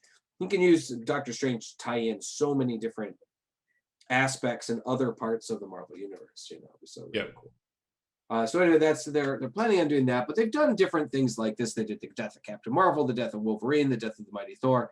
They've done these different things where none of the shit stuck. It was always just like a kind of a gimmick, or it was whatever. No one's truly dead in the Marvel universe except Uncle Ben. For Uncle Ben. And like I said, even he has come back. Yep. In various alternate universe kind of saga things. What was I had like the E3 schedule was posted. The E3 is coming up this weekend. Oh, so June 10th, 11th, 12th, 13th, 14th, 15th, I think it looks like. They're doing it virtual, or they're doing it live? It's virtual, okay, I believe. It's going all digital this year. We're just days away from the official E3 schedule. Events really kicking off, and we're finally got what looks to be a complete run of the show. Everyone who's getting involved with E3 21 this year has now announced their showcases and timings. It's looking to be yet another year for a packed week of big reveals, new announcements, and massive world premieres. This is going all digital this year, so that means you'll be able to enjoy it all from the comfort of your couch. The official E3 dates are set for June 12th through the 15th, though there's plenty of events falling outside of that too. The traditional E3 cycle has transformed into a full season of video game announcements, making the E3 21 schedule more packed than ever before. Like we said, pretty much every major publisher's found a place in the E3 schedule now. Devolver Digital, Capcom, Take-Two Interactive, and Square Enix recently confirmed joining Xbox, Ubisoft, Nintendo, and others. Still no word on whether Sony is planning to attend, although PlayStation has historically sat E3 out to run its own State of Play presentation. EA usually runs its own EA Play event in the days prior to E3, but this year is doing EA Play on July 22nd. So June 10th, let's see what to expect on 11 a.m. Jeff Knightley's Summer Game Fest is back with a big event on June 10th, which will include news, announcements, and updates from over 30 game publishers, such as Activision, Epic Games, PlayStation, and Xbox. It will also include a special performance by the band Weezer. On the 11th, Koch Media, or Koch Media, C-O-C-H Media. What to expect? Expect the Koch Media showcase is a bit of an enigma, especially as one of its developers, Deep Silver, has said it will be there, but not with its highest profile games, aka Dead Island and Metro, or the newly announced Time Splitters. Instead, Koch is inviting fans to head to a website sneakily titled "We Know Something You Don't Know" to watch the announcement, which suggested something new entirely. Also, the IGN Expo is at 1 p.m. on the 11th. So, Summer of Gaming Season will be IGN's entry. You can watch these on apparently on YouTube, Twitch, and IGN social channels. This is a lot of this stuff. They're scheduling it, but it's going to be all over the place. They're going to be on the Cox E3 special website, on YouTube. A lot of this stuff looks like it's going to show up on YouTube. So the IGN Expo is at 1 p.m. on the 11th. On the 12th, you've got the Guerrilla Collective Showcase.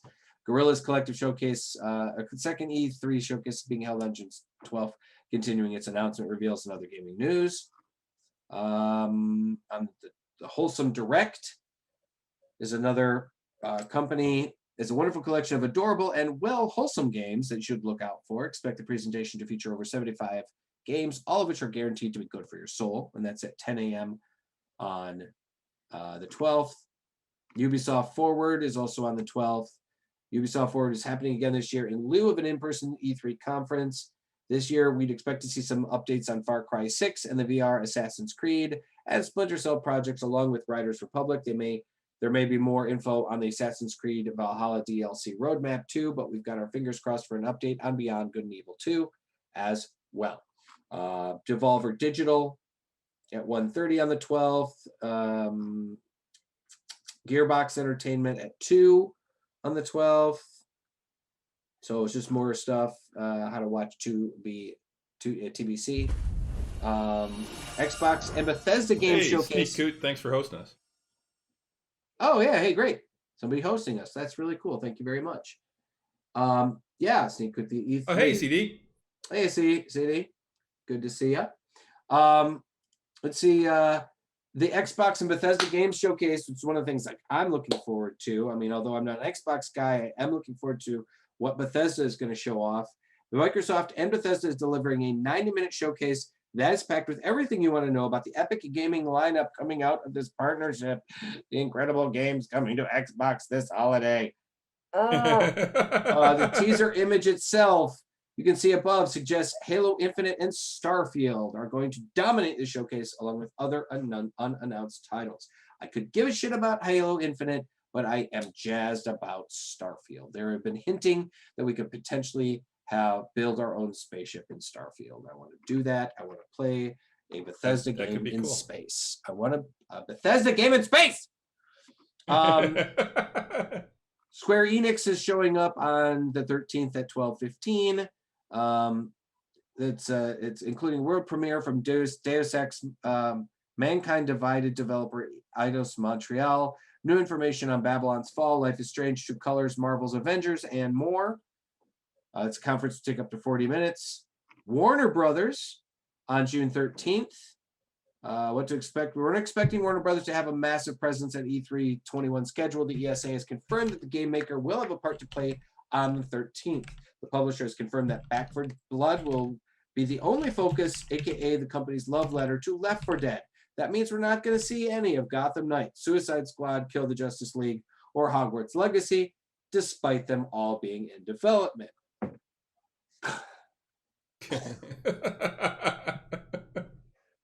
PC Gaming Show, the 13th at 2:30. Previous games featured at the PC Gaming Show include Borderlands 3, Valheim XCOM 2, PlayerUnknown's Battlegrounds, Mountain Blade 2, Bannerlord Warframe, Baldur's Gate 3, so don't forget to tune in. Future Games Show is at 4 on the 13th. Future Games Show is now into its second year, and while we're not ready to reveal any of the games that will appear in our next show, we're always trying to provide a platform for major releases and smaller projects alike. This year's Future Games Show will be hosted by none other than Laura Bailey and Troy Baker. Troy Baker is another well-known voiceover actor in video games. June 14th, we're looking at Take-Two Interactive at 10:15. Take-Two Interactive will host a panel on June 14th, but we don't have any further details. It's worth remembering the publisher is a behemoth, making it impossible to predict what might be shown. Rockstar could finally reveal more information on the GTA 5 next-gen update. 2K Games could give us info on Bioshock 4, or whatever it is that Firaxis has been working on since the release of XCOM 2 in 2016. Perhaps it'll be Private Division. We'll announce amazing new IP and partnerships. Like we said, it's impossible to guess. Capcom at 2:30 on the 14th.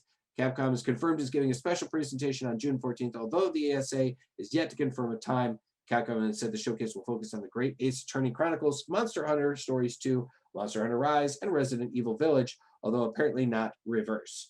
That said, we're long overdue an update on its mysterious PS5 exclusive Pragmata, so maybe we're due for a few surprises. Razer is going to be doing a presentation, probably going over technology. We see some new products launching, hopefully including some tech for the PS5 and Xbox Series X. June 15th at 9 a.m. we have the Nintendo E3 21 conference thing. So I imagine we'll see Zelda Breath of the Wild 2, potentially some Splatoon 3, along with glimpses of upcoming Pokemon titles, and so on and so forth. So Nintendo stuff. Bandai Namco at 2:25. So stuff that's going to be linked very closely to the Nintendo stuff. And then coming up, and then, over a month later, they are teasing also the EA Play on July 22nd. Okay, so it's not technically part of the E3 21 schedule, but it would be rude not to include EA's summer showcase here in here. That's right. Rather than debuting in the days before E3, this year's EA has gone rogue and is hosting its EA Play event on July 22nd. With the Battlefield 6 announcement due in June, expect to see more of this at the July event. Personally, I'd love to see anything Sims related, keeping the things crossed for Sims 5. Even though that feels like a pipe dream, but hopefully we'll see at least a little more Dragon Age 4 and Mass Effect 5 among the usual sports titles. Please tell us more about Dragon Age 4 and Mass Effect 5. I've been seeing a lot of stuff in my feed about the new Legendary Edition of Mass Effect that is the redoing of Mass Effect 1, 2, and 3. They fixed bugs that were in the previous edition. Yeah, they fixed bugs that had been going back years. They've redone scenes. They've fixed various things that it wasn't just like, here, we're just going to make it fancier or prettier. They really went in there and they did a deep dive and they really fixed some stuff. So I'm probably not going to play it. I enjoyed Mass Effect 2 and 3. I never played 1, but I enjoyed 2 and 3. I've got a lot of other things to play. So I probably am not going to go back and play those, but I am very much looking forward to Mass Effect 4. I didn't hate Mass Effect Andromeda, which is considered the kind of a failure in the series, but definitely I can see why people didn't like it as much. But I am really looking forward to that. And Dragon Age, I consumed Dragon Age, man. Dragon Age was the shit. It was probably Dragon Age was awesome. Next to Skyrim, one of my favorite fantasy games of all time. So a fantasy series. I haven't played the Mass Effect games. I've got 3 for the PS4, PS3, but I never played it. And it was great. So, that's what I played it on. But yeah, I've actually considered getting the legendary edition and play through all. Yeah, I mean it's real worth it. I mean, it's a great story. It's a lot of fun. You got a lot of characters to interact with and play with. You got romance options that make things really fun and interesting. You got a lot of different kind of things that you can do, and it's just, I mean, Shepard. I mean, it's a great series of games, and so I do recommend it if you're going to give it a shot. I know there's a lot of games to play. There are so many, and we got more coming out. So yeah, I mean, I'm looking forward to Far Cry 6. Was one of the ones mentioned in. Yeah, me too. I still haven't finished Far Cry 5, and I've talked about how more realistic first-person shooters have never been my jam. But I got to admit, I've been enjoying 5. I've been kind of slowly playing it because I have it on my computer, and lately games like that more so I play on my PlayStation. But I like it. I like the storyline. It's been cool. The gameplay is cool. I'm actually looking forward to playing the little kind of like expansion / sequel they made for it, the New Dawn one, I think it's called. And that's one originally I wanted to play it, and then I saw more and more, and I'm like, that just looks like it went kind of goofy. Well, it's post-apocalyptic, so yeah, you've got like buzzsaw guns, shit like that, and I'm like, that's not what I wanted with that game. I mean, I liked the idea of what that game was. Right. I did like that more realistic first-person shooter. I still haven't finished Ghost Recon Breakpoint, which I kind of want to get back to. Right. Yeah. I really enjoyed that. So. I also picked up on the PlayStation Plus, because they give away games every couple of months. I picked up Battlefield 1 a couple of months ago. I haven't played it yet, but I am interested because it centers more around World War I. Right. And it's very historic and some really cool stuff. It's I remember tough. playing it a little bit at your house, and I was like, oh wow, this is kind of cool. It's really cool, but it's really hard. Yeah. And then they also recently released, I think it was last month, Battlefield 5. And so I downloaded that. I haven't played that. And I probably largely because Battlefield 6 is coming down the pipe pretty soon. So they wanted people to kind of whet people's appetites. But also fucking Squadrons. Star Wars Squadrons was one of the games that was free this month. And I actually own Squadrons. Right. And I started playing it, and it's a blast. Right. But it's hard as fuck. Sure. But it's actually one of the relatively newer games. Yeah. So I was just like, holy shit. Because I was playing Star Wars Battlefront or Battlefield or Battlefront. Yeah, Battlefront. The one with the Star Wars characters. And I got it, and it did have an actual ongoing storyline that was even referenced in The Mandalorian at one point. And I was playing that, but I got kind of stuck. And so I kind of, but at the space battles, the starship battles are tough. Playing that game, fighting in the fighter, in the X-Wings and the TIE fighters and stuff, man, it is hard. So I don't know, but you got to check it out. Hopefully it's kind of cool. I heard it's Speaking of Star Wars, Sneak Coot mentioned, asked if we saw that Coder is being remade, The Knights of the Old Republic, and I have seen rumors about it. I haven't seen anything definitive. I also have not seen anything super definitive either. A Metroid Prime 4 update, that would be pretty cool too. Yeah. I don't know, man. I mean, I have heard rumors about KOTOR being remade, and I never played KOTOR the original time around. I played some of the first one. I played some of the second one. If I remember correctly, played the first one.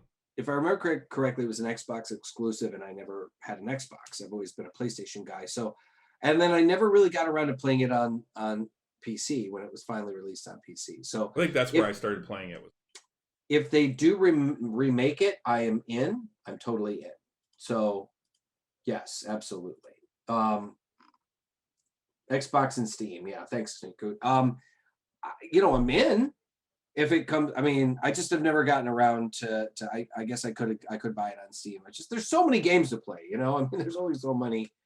And I do love Star Wars, but I was just kind of like, But I've always heard wonderful things about KOTOR and about how it is, I've had people say it's one of the best games they've ever played, and particularly one of the best Star Wars games ever released and things like that. So I just found a thing. This is from Inverse.com. Just 1 week after the ancient Sith Lord Darth Revan began randomly trending on Twitter, news broke downright confirming a full-on remake of the best Star Wars game ever, Knights of the Republic. Now, my question is, what kind of remake are we going to see? Is it going to be a remake like the Final Fantasy VII remake, where they kind of remake it from the ground up? Or is it going to be a reskinning? Or they're going to just take it and kind of... They got more to work with. I mean, the Final Fantasy VII remake was... Well, I guess part of this is that they're talking that rumors have been swirling for months, even years, but now that the legacy of KOTOR will be fully canonized in Disney's comparatively new Star Wars galaxy, here's everything you need to know about the remake. So I guess they're going to fully canonize it too.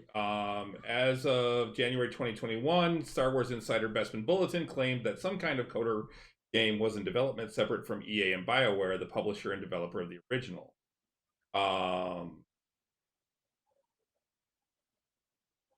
So it's not even going to be done by the same people. Interesting. I mean, BioWare and EA are the ones that also did the Old Republic Online. KOTOR. Well, like I said, I'm in. I'm down. I'm all about it. I think it's going to be... I'm judging by this, I'm guessing we're probably a couple years away from it, but probably. But if it comes out, I'll play it. Fuck yeah. I mean, that's the problem. I mean, if it's a couple years down the road, I mean, that's going to be an old game. Even as a remake, as a reskin, it'll still be pretty old. I don't know. It could be Disney trying to recanonize all of that. Sure. Because a lot of people are really pissed that they threw away everything that was in the novels. That anything that wasn't in the movies was just thrown away as legends. And a lot of people are pissed about that, me included. Yeah. And a lot of it is like old stuff, like the Revan stuff. Why the fuck can't you leave that in as part of the history? I hated the fact that they decided to pretty much just go, look at all this cool shit over here. Yeah, we're not going to use any of it. And then get rid of it all and stuff. I mean, we've talked about this several times about how they should have just made the Heir to the Empire trilogy. Yep, and recast. And recast. It should be done and over with, and we wouldn't be having the fucking arguments that we've been having. And that's the thing. I understand that they didn't want to recast, but still, they should have. They should have. I think ultimately the fans would have been happier, even though they wouldn't have seen Harrison Ford in the role.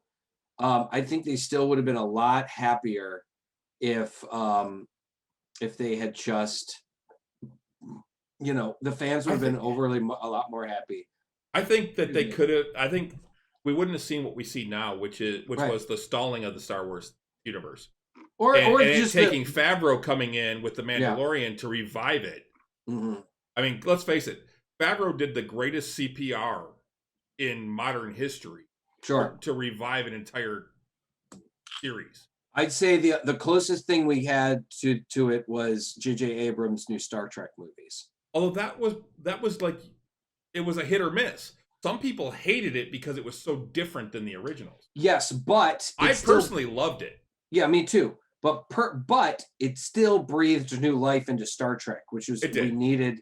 And that's what we needed. Star Trek wasn't on the same level as Star Wars, where they were like, it wasn't dead in the water. It wasn't like, it wasn't. People didn't hate it.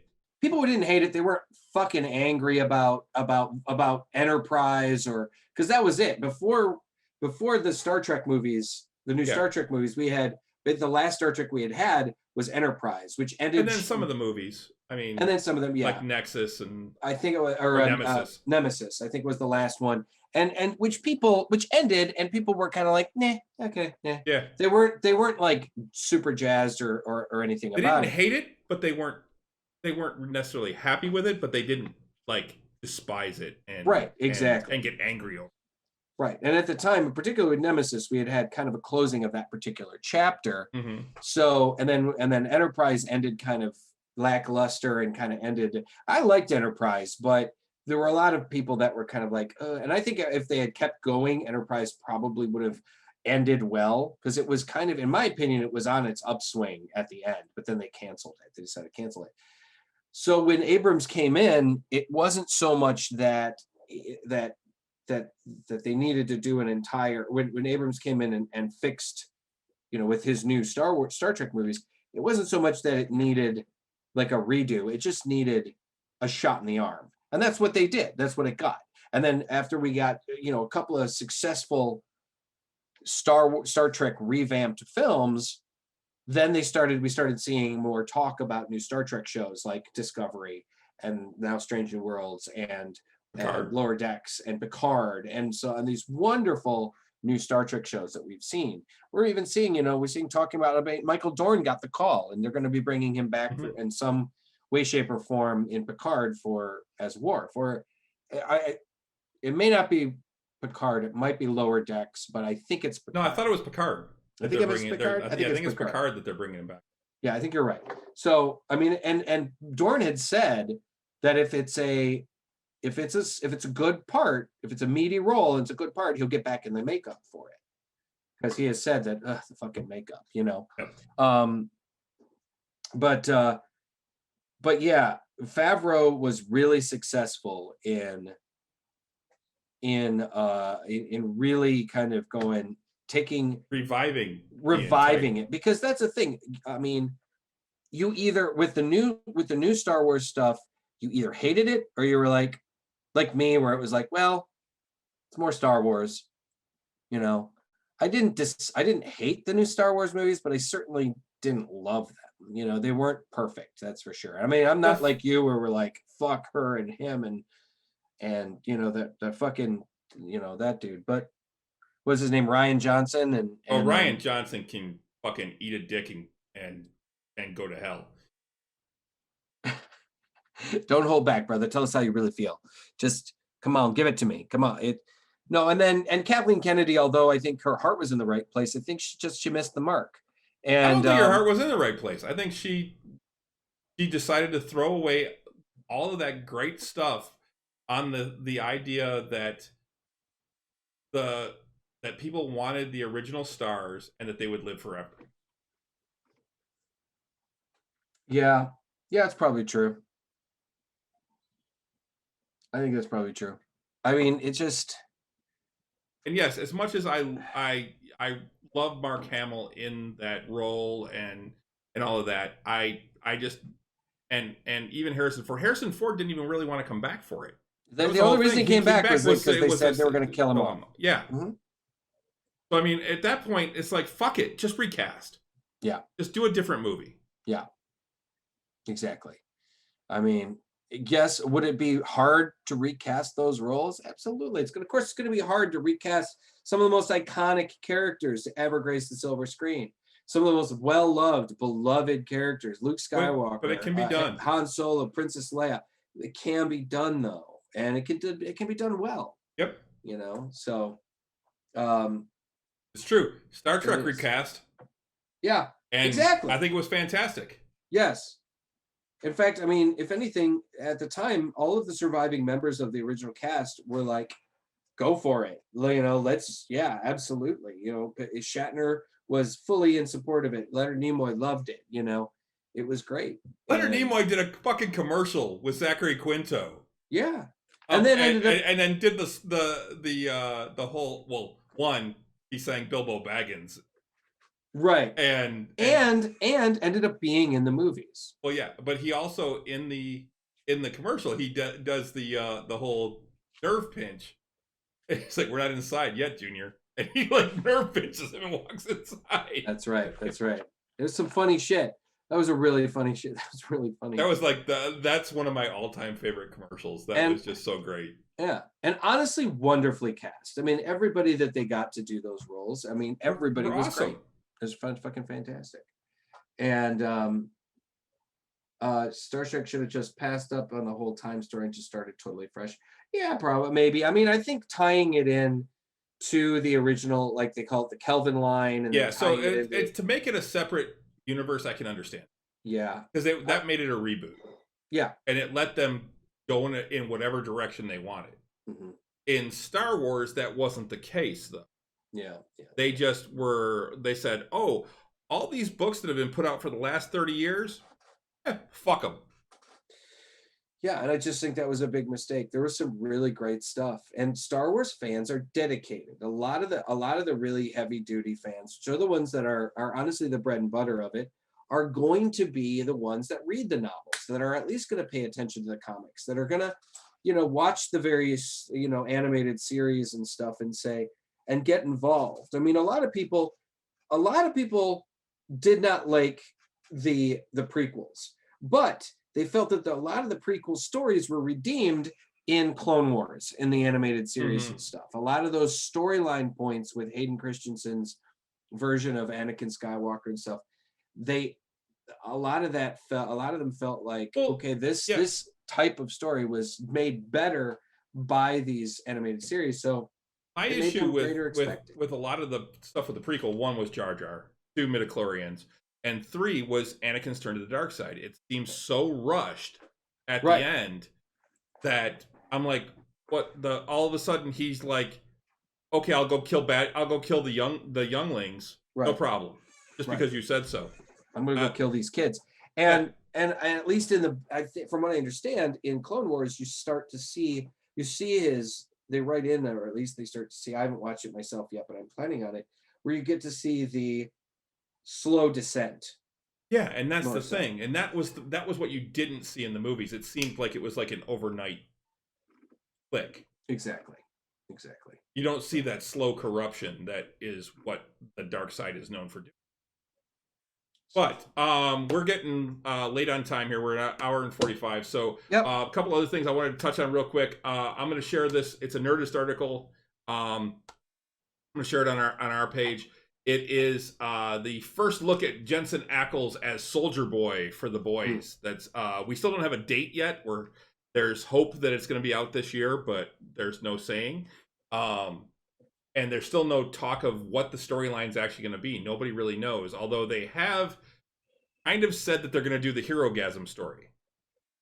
God.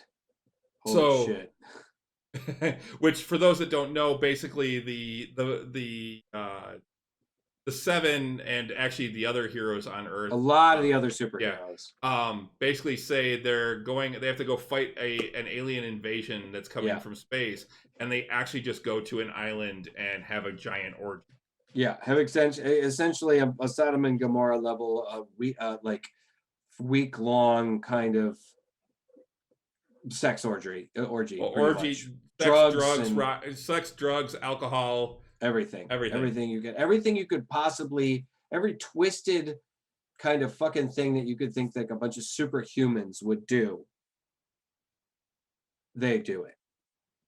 And and it's like in the comics itself, it's like holy shit, I never thought of using shrinking and growing powers that way. That guy is stretchy in a lot of places, super flexible. Anyway, so yeah, and so nobody wants to be with A-Train though. He's too quick. That's a lot of friction right there, baby. That is a lot of friction. You get friction burns. Anyway, fucking, I'm going straight to hell for all that shit right there. I'm already not going there. Yeah. So anyway, in that storyline, then the boys find out about Herogasm, and I believe actually Butcher had known about it. They infiltrate it because it's one of those things that if the public, if they were to out them for it, the public would certainly lose a lot of faith in their supers. So it's gonna be interesting to see them how they're gonna deal with that. And the thing is that really at this point the boys are broken up. So we're gonna have to see how they get back together and what they do. And there's the whole thing with the Congresswoman now, and which is basically she's taking over what the boys wanted to do, and she's actually a secret soup. Yeah, and she told Butcher she's going to give him a budget and stuff like that, but now he's got to get the team back together again. He's got to get the band back together. Yeah. And they've released pictures, a picture of Jensen Ackles as Soldier Boy, who is essentially what Soldier Boy was the sidekick for the original like Captain America version, and so he's like grown up to be the new Soldier Boy, or the new Captain America for this world. And he fought in World War II. He one of the early guys to basically take on Compound V. But he's Compound V. Yeah, and he's actually not part of the Seven though. He's in a rival group actually. But it's interesting how it'll be interesting to see how they work that out too. Mm-hmm. Yeah.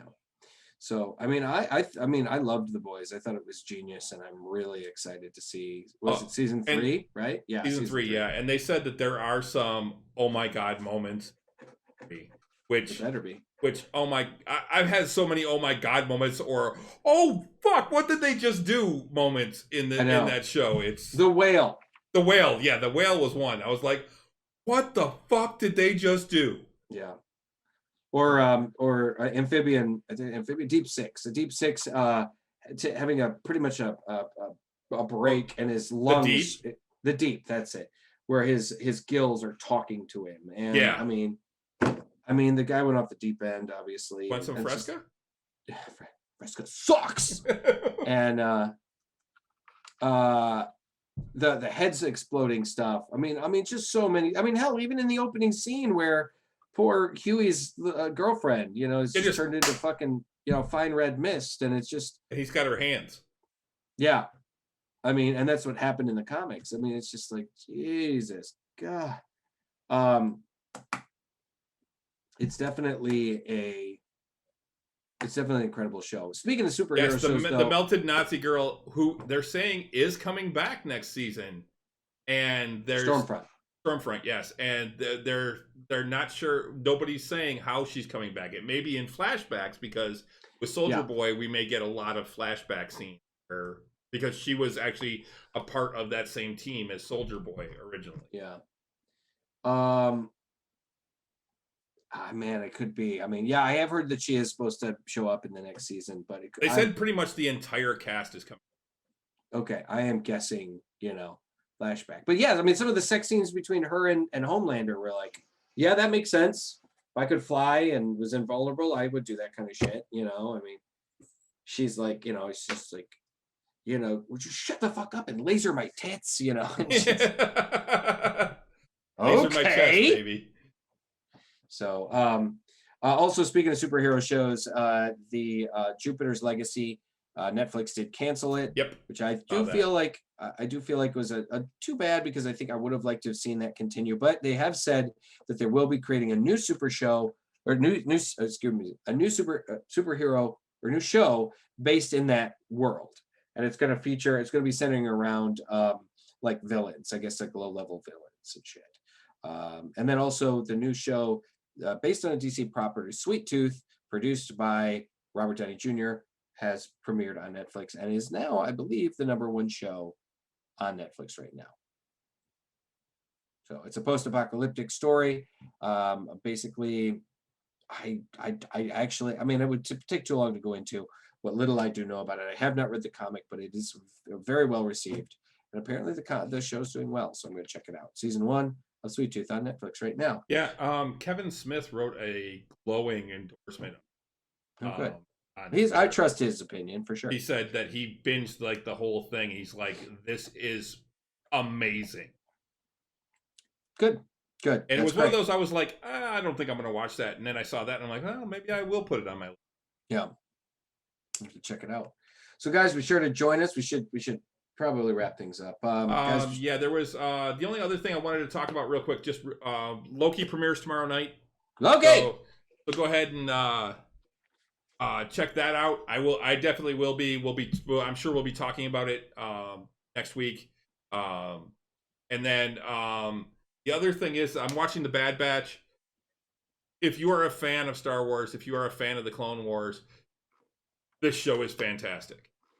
Maybe if you're just a fan of good writing and good and that could be it too. I mean, it's a little cheesy writing, but it is it's a good show, and they are tying it in to other Star Wars franchises and other Star Wars. They've tied it into the original trilogy. They have tied it into The Mandalorian. I really, really like this show. Tie into The Mandalorian, I'll talk about. That's they brought in Fennec Shan, Ming-Wan Nen's character from Mandalorian. Mm-hmm. She's actually in it, and it is voiced by her. Right. So that was fantastic. So this is like 20 years before, or 25 years, 6 years, something like that, before The Mandalorian. So it's actually really cool. Cool. But yeah, where they tie it into the original series is actually really funny. I'm not going to spoil that. It's hilarious. But yeah, if you're not watching The Bad Batch, check it out. I am actually starting to. At first, I was like, I'm not sure about this, but now I'm 4 episodes in, and I'm like, okay, this character I absolutely love. This character I like. This character's great. There's one character that I'm really concerned about right now, and because he's my favorite character out of all. But they are actually really cool, and it basically takes place. It starts taking place. The beginning of the show takes place as Order 66 goes on. Right. Which that's dark, man. That's dark. Yep. But the thing is that the Bad Batch, the whole thing is that they were genetically variant, and so their inhibitor chips don't actually work. Yeah, they're defects. Their inhibitor chips don't work. So when they get when the order goes out, they're like, what?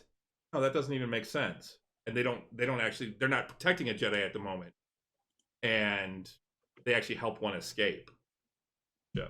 Oh, okay. And the first episode is actually a feature length. It's like an hour and 15 minutes.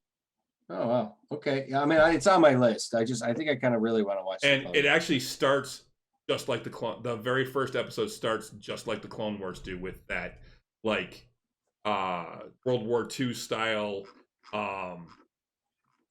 newsreel type intro. So I thought that was really cool. The other episodes don't, but they started it that way to tie it into. I thought that was really cool. But yeah, I got to finish Critical Role, and then hopefully I can get back into Clone Wars, stuff like that. I got to get through all. You do have to finish Critical Role. It is critical. is to your role. imperative. Imperative. It is. All right, guys, be sure to join us every Tuesday night here at 8 o'clock on our Twitch channel, Drinking Nerds. You can download and stream us in all the places you can find quality podcasting. Ladies and gentlemen, we are on iTunes, Google Play, iHeartRadio, radio.com, Stitcher. I'm missing one, I think. Every place that you can get them. Every place. You probably are. I wasn't. I see. And of course, you can download and stream us at nerdswithalcoholshow.com. You can find all of our episodes. We once again are on Drinking Nerds here, 8 o'clock every Tuesday night. We put the episode up on our YouTube page, also known as Drinking Nerds, a couple of days later. And we also, not this Friday, but the following Friday, we'll be having our next D&D game, Tavern Nights. And the Monday before it, which will be, should probably just look at that right now. Monday the 14th, we'll be having our Tavern Talk, which is when we talk about our D&D game and what's going on and how the last two episodes to talk about. Yeah, we will. We'll have 2 episodes to talk about. And so then again, you can this Friday. I will probably be doing Mech Warrior for about an hour or so around.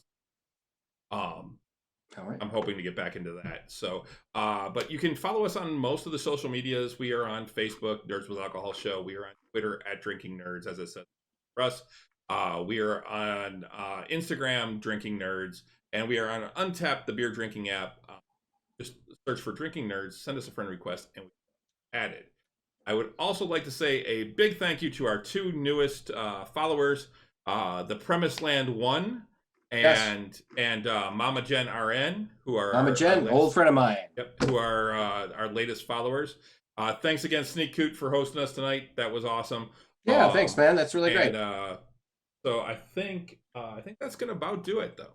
Sneak Coot. I shouldn't say man. You could be not a man. I don't know. But yeah, thank you very much. And hey, guys, we're at 42 followers so far. We got to get those last 8. Let's get us up to 50. If you know people.